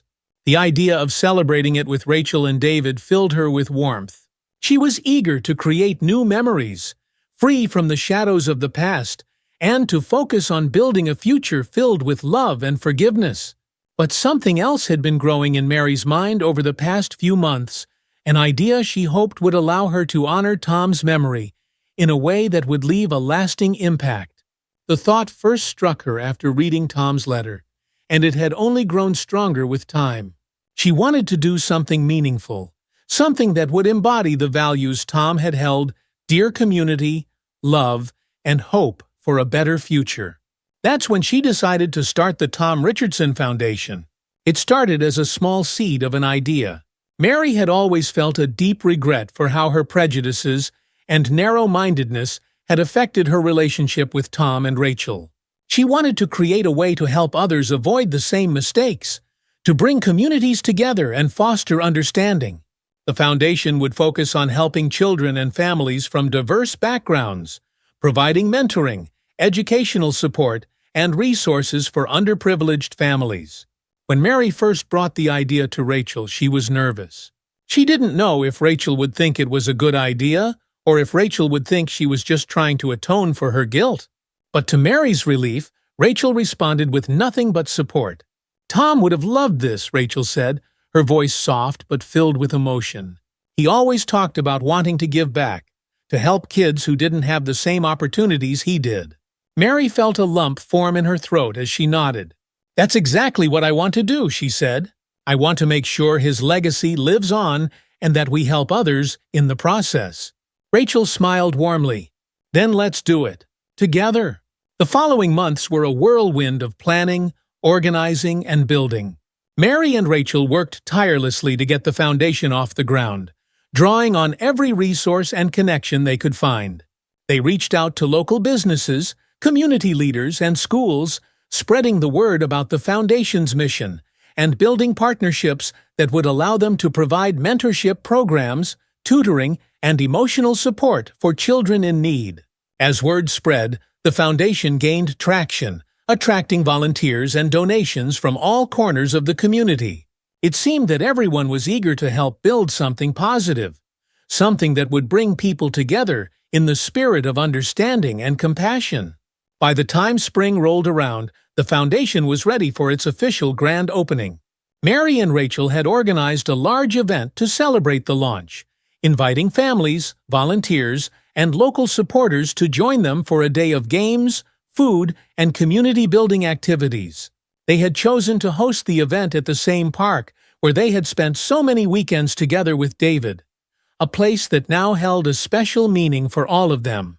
On the day of the grand opening, the park was filled with color and life. Balloons decorated the picnic tables, children ran through the grass, and the air was alive with the sound of laughter and music. Mary stood by the entrance, watching as families arrived, their faces filled with excitement and curiosity. She felt a sense of pride and gratitude wash over her. This was more than she had ever imagined possible. As the afternoon went on, the event reached its peak. People gathered around the stage where Mary, Rachel, and several community leaders were set to give speeches. The sun hung high in the sky, casting a golden glow over the crowd. Mary took a deep breath, her hands trembling slightly as she prepared to step onto the stage. She had given speeches before, at workshops, at small community events, but this felt different. This was the culmination of months of work, the beginning of something bigger than herself, bigger than all of them. Rachel stood beside her, offering a reassuring smile. "You've got this," she said softly. "Just speak from the heart." Mary nodded, her chest tight with emotion as she walked to the podium. The crowd quieted, all eyes on her as she began to speak. "Good afternoon, everyone," Mary began, her voice strong but laced with emotion. "Thank you all for being here today, for supporting this foundation, and for believing in the power of community." She paused, looking out at the crowd. Families stood together, children holding hands with their parents, and volunteers from all walks of life stood shoulder to shoulder. It was a beautiful sight, and it reminded Mary of why she had started this journey in the first place. "I started the Tom Richardson Foundation in honor of my son," Mary continued, her voice trembling slightly as she spoke Tom's name. "Tom was someone who believed in the power of love, the power of family, and the power of giving back to the world around him. He was passionate about helping others, especially children, and he wanted to create a better future for the next generation. Mary took a deep breath, her heart heavy with both grief and gratitude. But I wasn't always the mother Tom deserved. I let my own fears, my own prejudices, get in the way of my relationship with him. And because of that, I lost him. She paused again, her eyes welling with tears. The crowd remained silent, waiting for her to continue. I can't go back and change the past, Mary said softly, her voice breaking. But I can do something to honor his memory. I can work to make sure that no one else makes the same mistakes I did. And that's what this foundation is about, helping children, families, and communities come together, regardless of where they come from or what they look like. The crowd began to clap softly, a few murmurs of support rippling through the audience. Mary smiled through her tears, feeling the weight of the moment settle over her. This foundation is a tribute to Tom, she said, her voice steady now. But it's also a tribute to all of you, to everyone who believes in the power of love, understanding, and second chances. Together, we can build a better future. Together, we can create a world where every child feels supported, loved, and valued. The crowd erupted into applause, the sound filling the air as Mary stepped back from the podium, wiping at her eyes. Rachel hugged her tightly, her own eyes glistening with tears. "You were amazing," Rachel whispered. "Tom would be so proud." Mary nodded, her heart swelling with emotion. "I hope so," she whispered. The rest of the event was a blur of laughter, celebration, and community spirit. Families played games, volunteers handed out food and flyers, and children ran through the grass, their faces lit up with joy. It was everything Mary had hoped for and more. She watched from the sidelines as Rachel interacted with parents, answering questions about the Foundation's programs and spreading the word about their mission. David played with the other children, his laughter echoing through the park. As the day came to an end, Mary found a quiet moment to reflect on everything that had led her to this point. She had made so many mistakes in her life, mistakes she could never fully undo. But standing there, watching the community come together in the name of love and hope, she realized that redemption wasn't just about correcting the past. It was about building a better future, and that's what she had done. With Rachel by her side and Tom's memory guiding her, Mary had found her purpose. Later that evening, after the event had ended and the park had cleared out, Mary, Rachel, and David walked home together. The sun was setting, casting a soft orange glow over the neighborhood as they strolled through the quiet streets. David held Mary's hand, his little feet skipping along the pavement as he chattered about the games he had played and the friends he had made. "Did you have fun today?" Grandma David asked, looking up at her with wide, curious eyes. Mary smiled down at him, her heart full. "I had the best time, sweetheart," she said softly. "Did you?" David nodded enthusiastically. "Yeah, I met lots of new friends." Rachel chuckled, ruffling David's hair as they walked. "He's going to be talking about this for weeks," she said, her voice filled with warmth. As they reached Rachel's apartment, Mary paused on the sidewalk, turning to Rachel with a smile. "I just want to say thank you," Mary said quietly, "for everything." Rachel looked at her, her expression soft and thoughtful. "You don't have to thank me, Mary," she said. "We did this together." Mary felt her throat tighten with emotion. "I know," she whispered, "but I couldn't have done it without you." Rachel smiled, her eyes glistening in the fading light. "We're a team now," she said, "and we've got a lot more work to do." Mary nodded, feeling a sense of peace settle over her. "I'm ready," she said softly, "for whatever comes next." Rachel hugged her tightly, and as they embraced, Mary felt a surge of gratitude for Rachel, for David, and for the second chance she had been given. As she walked home that evening, the night settling in around her, Mary thought about how much her life had changed. She had spent so many years living in fear, letting her own insecurities and prejudices dictate her actions. But now, she had found a new path built on love, on family, and on the belief that people could change if they were willing to do the work. She knew that there would still be challenges ahead. There would still be moments of doubt, moments of fear. But she also knew that she wasn't alone anymore. She had Rachel and David by her side, and together they were building something beautiful. For the first time in a long time, Mary felt at peace with herself. She had made mistakes, big ones, but she had also worked to make things right. She had found a way to honor Tom's memory, to be the mother and grandmother he had always believed she could be. And that, more than anything, gave her hope. As she reached her apartment, Mary paused at the door, looking up at the stars twinkling in the night sky.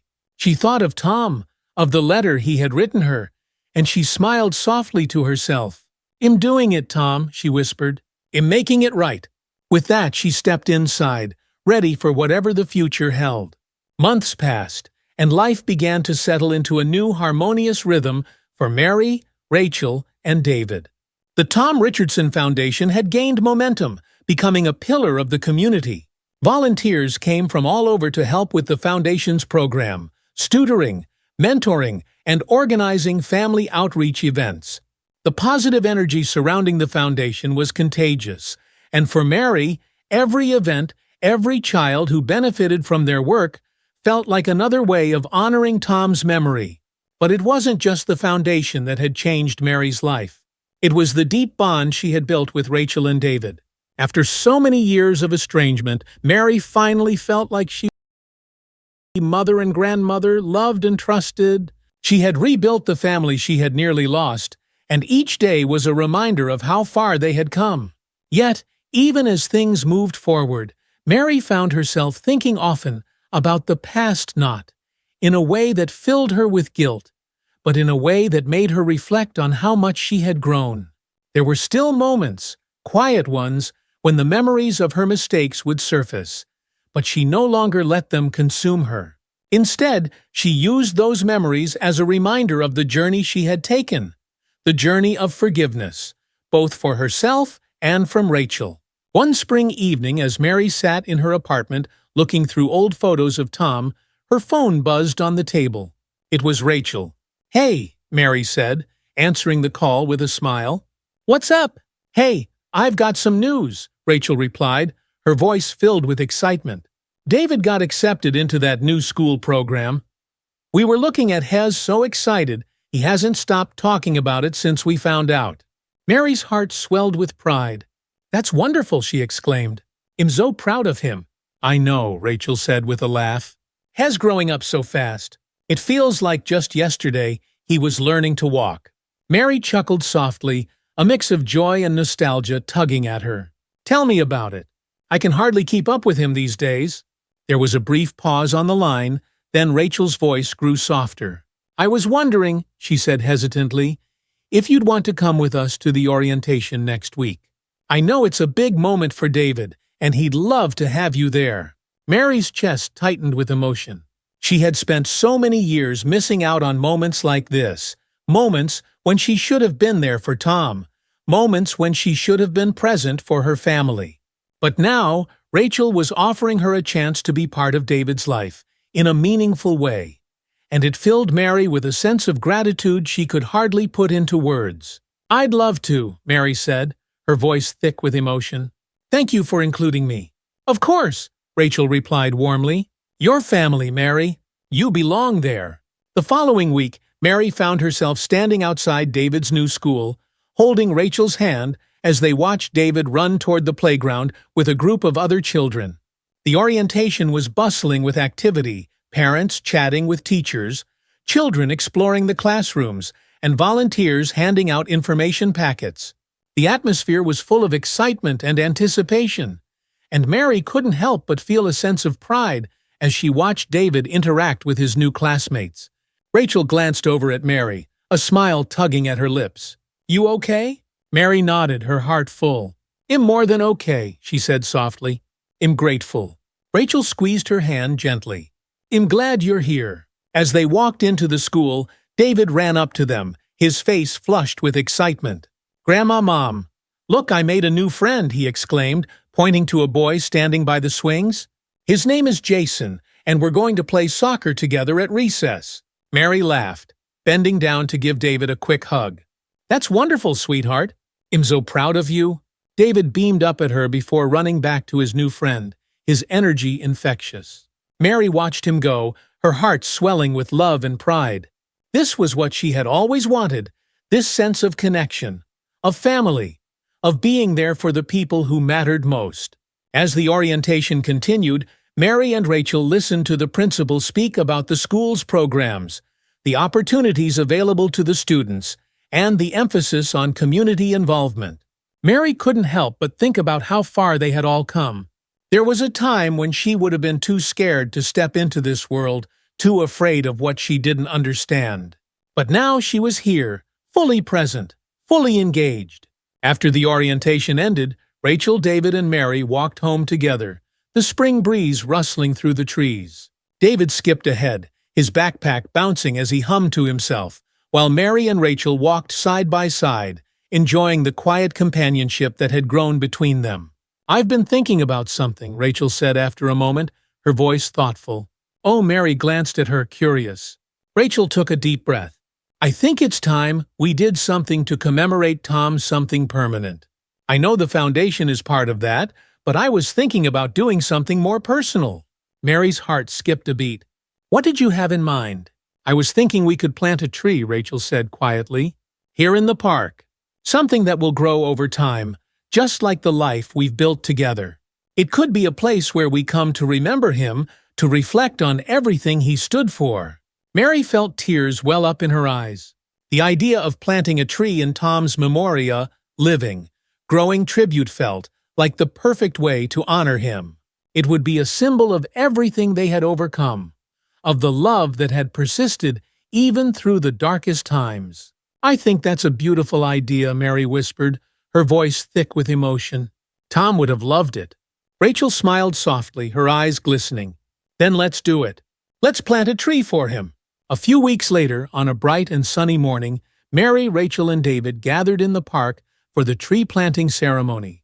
It was a small, intimate event, just the three of them, surrounded by the sounds of birds chirping and children playing in the distance. Mary had chosen a young oak tree, sturdy and full of potential, just like the family they were building together. As they stood around the spot where the tree would be planted, Mary felt a deep sense of peace wash over her. This was a moment of closure, a moment of healing. It wasn't about erasing the past, it was about acknowledging it, learning from it, and moving forward with love. David held a small shovel in his hands, his face serious as he helped dig the hole for the tree. "Are we doing this for Dad?" he asked, looking up at Mary and Rachel. Mary nodded, her heart swelling with emotion. "Yes, sweetheart," she said softly. "We're doing this for your dad, to remember him and to celebrate everything he stood for." David smiled, his eyes bright. "I'm glad. I miss him." Mary felt tears prick at her eyes, but she smiled through them. "I miss him too," she whispered. Rachel placed a hand on Mary's shoulder, and together they lowered the young oak tree into the ground, filling the hole with soil and gently patting it down.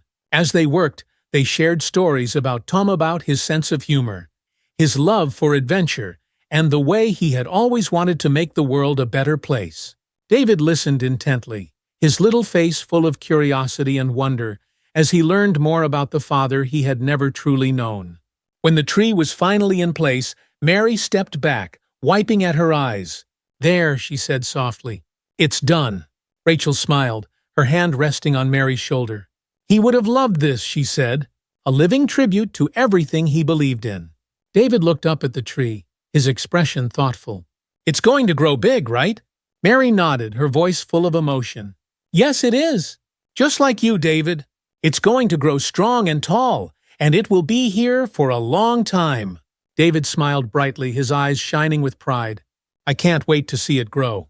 As the years passed, the tree did grow strong and tall, just as Mary had promised.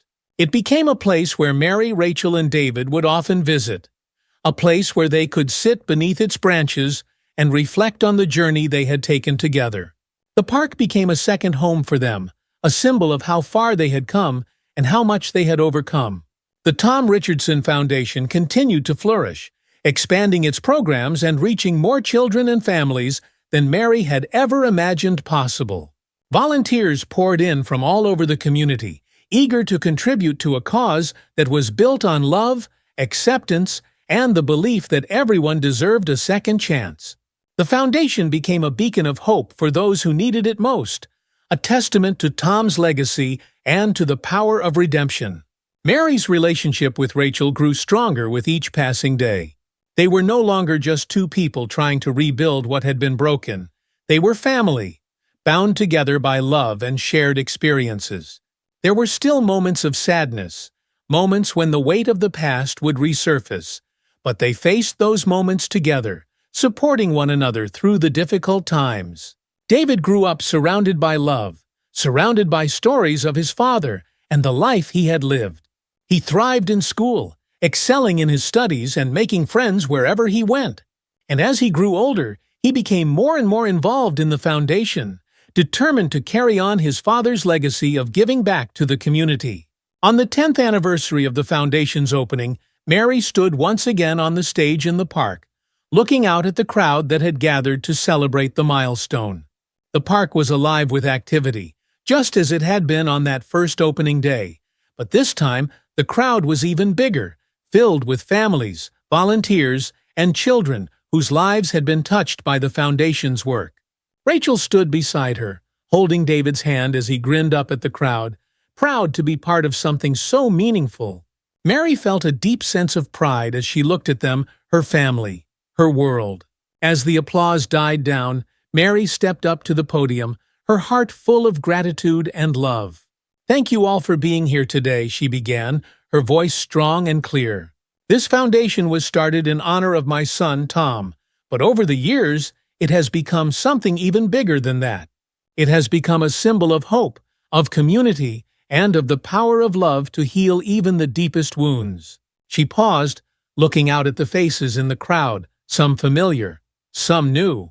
"I am so grateful for each and every one of you," she continued, "for your support, for your belief in this mission, and for the love you've shown to this community. Together, we have built something beautiful, something that will continue to grow, just like the tree we planted for Tom." The crowd erupted into applause once again, and Mary stepped back from the podium, tears of joy filling her eyes. Rachel hugged her tightly, and as they embraced, Mary felt a sense of peace wash over her. She had come full circle. She had faced her mistakes, her fears, and her past, and she had emerged on the other side stronger, wiser, and full of love. As they stood beneath the oak tree, its branches swaying gently in the breeze, Mary looked up at the sky, her heart full of gratitude. "I did it, Tom," she whispered. "I kept my promise." And with that, Mary knew that the future was bright. It was full of love, of hope, and of the promise of new beginnings. Years passed, and the Tom Richardson Foundation continued to grow, becoming a cornerstone of the community. What had started as a small local initiative had blossomed into a vibrant organization, touching the lives of hundreds of families across the state. Mary's vision for the foundation had exceeded her wildest dreams, but she knew that it was a collective effort, one fueled by the dedication of Rachel, David, and countless volunteers who believed in the power of love, education, and second chances. Mary's heart was full as she watched David grow into a young man who embodied the values his father had held dear. At 16, David was already a leader in his own right, mentoring younger children at the foundation and volunteering his time to help with events. His sense of justice, his kindness, and his quiet strength reminded Mary so much of Tom. She could see Tom's legacy living on through David, and it filled her with pride. One summer evening, as the sun set over the park where the oak tree had grown tall and strong, Mary sat on a bench, watching as David and his friends played soccer nearby. Rachel sat beside her, a peaceful smile on her face as she looked out at her son. "It's hard to believe how fast he's growing up," Rachel said softly, her voice filled with the kind of awe that only a mother could feel. Mary nodded, her heart swelling with emotion. "Has turning into such a remarkable young man," she said. "Tom would be so proud of him." Rachel smiled, her eyes misting over slightly. "I think about Tom every day," she said quietly, "especially when I see David. It's like he's still with us, in everything David does." Mary reached over and gently took Rachel's hand, squeezing it tightly. "He is with us," she said, "in everything we do. As part of this foundation, part of this family. And that will never change. Rachel nodded, her eyes full of gratitude and love. I'm glad we found our way back to each other, Mary. I'm glad we built this together. Mary's throat tightened with emotion. So am I, she whispered. It's the greatest gift I've ever been given. As the evening grew darker and the park began to empty, David ran over to them, his face flushed with excitement. Grandma, Mom, he called, waving from across the field. We're going to get ice cream, want to come? Rachel laughed and shook her head. You go ahead, sweetie. We'll catch up in a bit. David grinned and gave them a thumbs up before running off with his friends, leaving Mary and Rachel alone on the bench, the quiet of the evening settling around them. For a while they sat in companionable silence, watching the sky turn from orange to pink to deep purple. The oak tree they had planted for Tom stood tall and strong nearby, its branches swaying gently in the breeze. It had grown so much over the years, just like their family, steady, resilient, and rooted in love. After a long moment, Rachel broke the silence, her voice thoughtful. I've been thinking about the future, she said quietly. Mary glanced at her, sensing the seriousness in Rachel's tone. What about it? Rachel smiled faintly. About what's next for the foundation, for David. For all of us. Mary listened intently, knowing that Rachel's words held the weight of something important. I've been thinking, Rachel continued, that maybe it's time for David to start thinking about college. He's been talking a lot about studying social work, or maybe even education. He wants to help kids, just like the foundation does. Mary's heart swelled with pride. That's wonderful, she said, her voice full of warmth. He's got such a big heart, just like Tom. Rachel nodded. He does, and I think he's ready for the next step. But I also think it's time for me to take a step back from the foundation. I've been running things for a long time, and while I love it, I want to focus more on David and what comes next for him. Mary's breath caught in her throat.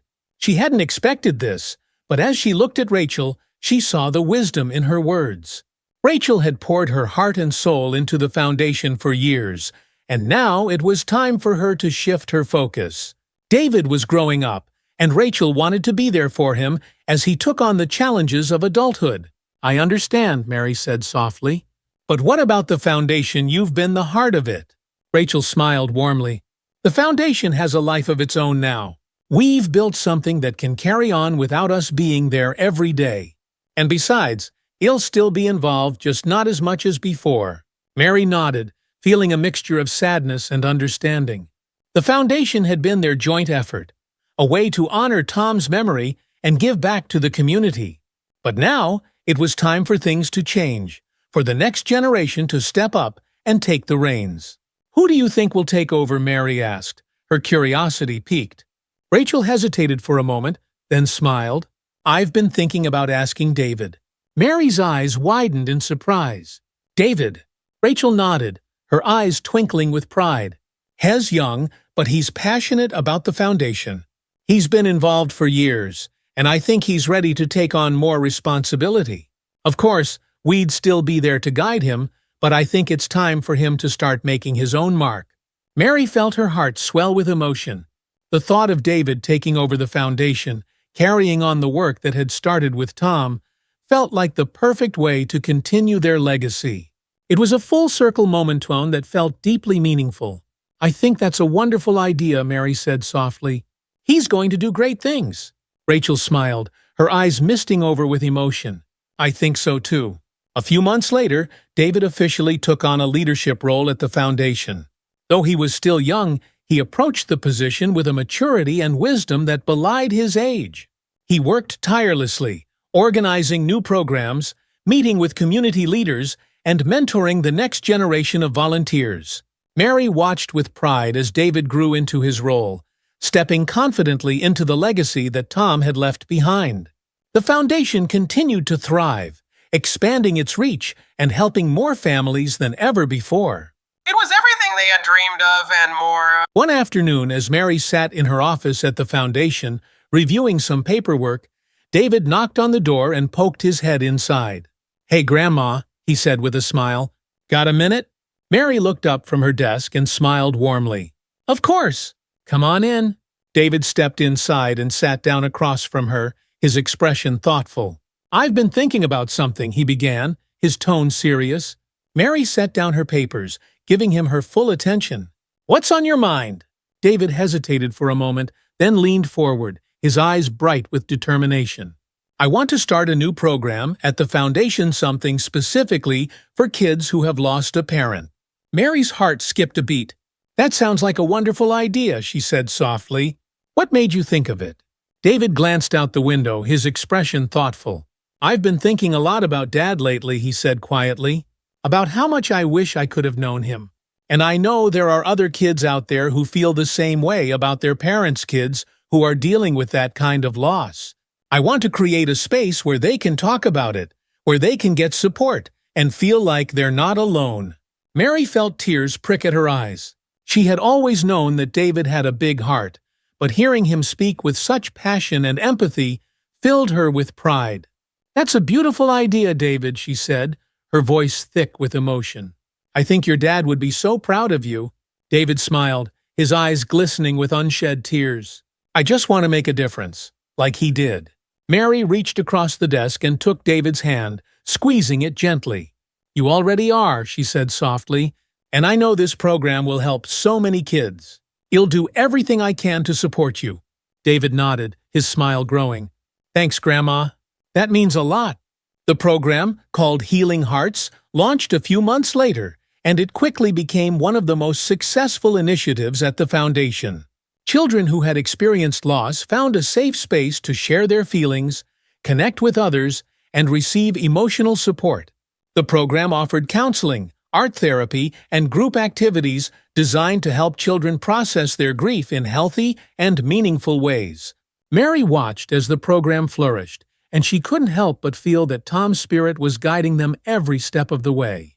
His dream of building a better future for the next generation was alive and well, carried forward by his son and the family he had left behind. As the years went by, the foundation continued to grow, and David eventually became its full-time director. His leadership was marked by compassion, innovation, and a deep commitment to the community. Mary remained involved, though she took on a more advisory role, content to watch as David and the team carried on the work she and Rachel had started. On a bright spring day, Mary, Rachel, and David gathered once again beneath the oak tree they had planted for Tom so many years ago. The tree had grown tall and strong, its branches spreading wide to provide shade and comfort. It had become a symbol of everything they had built together, of love, of family, and of the strength to overcome. As they sat together on a bench, watching the children play in the park, Mary felt a profound sense of peace. She had come so far on her journey from a place of fear and guilt to a life filled with love, forgiveness, and purpose. She had made mistakes, but she had worked to make things right, and in the process, she had built something beautiful. Rachel leaned against Mary's shoulder, her face soft with contentment. "We did it, Mary," she whispered. "We built something lasting." Mary nodded, her eyes misting over with emotion. "We did," she whispered, "and it's all because of Tom." David, sitting across from them, smiled warmly. "He's the reason we're all here," he said quietly. "And we're going to keep his legacy alive for as long as we can." Mary's heart swelled with pride and love. She had been given a second chance, and she had made the most of it. She had found redemption, not just for herself, but for her family and her community. As the sun began to set, casting a golden glow over the park, Mary looked up at the oak tree, its leaves rustling gently in the breeze. She thought of Tom, of everything he had stood for, and she smiled. His legacy would live on, through the foundation, through David, and through the love that had brought them all together. And for Mary, that was enough. Do you believe in second chances? Let us know in the comments, and don't forget to subscribe for more inspiring stories.